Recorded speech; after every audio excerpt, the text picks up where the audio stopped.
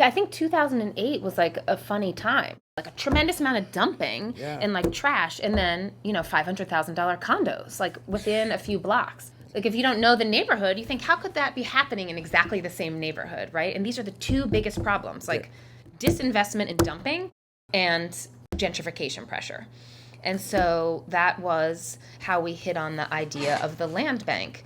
We had the opportunity to sort of map what was going on in the 150, this is about 150 blocks, like between Girard and Diamond, Front and 10th Street. Basically, everyone in the neighborhood was like, vacant land is a problem. A bunch of trash, bunch of old vacant lots, bunch of empty buildings, broken bottles, things on the lot, needles, condoms.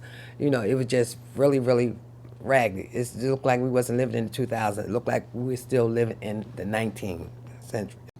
But we had some resources to map it and figure out not only where it was, but also who owned it. One city agency owns this piece of land, and then next to it some private owner owns it and hasn't paid their taxes, and then next to it's like a different city agency that owns the land. So it can be hard to, do anything with that land when like no one owns or controls all of it. So where I live at now, I live on Germantown Avenue in the 2300 block. There's no new development on that part yet because they stopped at Tiffendorf.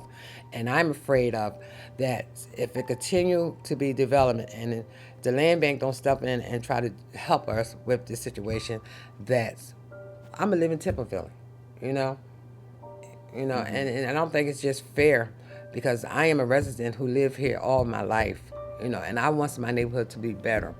And the only way that I can see that my neighborhood is getting better and where people could stay in the neighborhood is for land bank to step up and produce something in my neighborhood. If not, I just feel bad.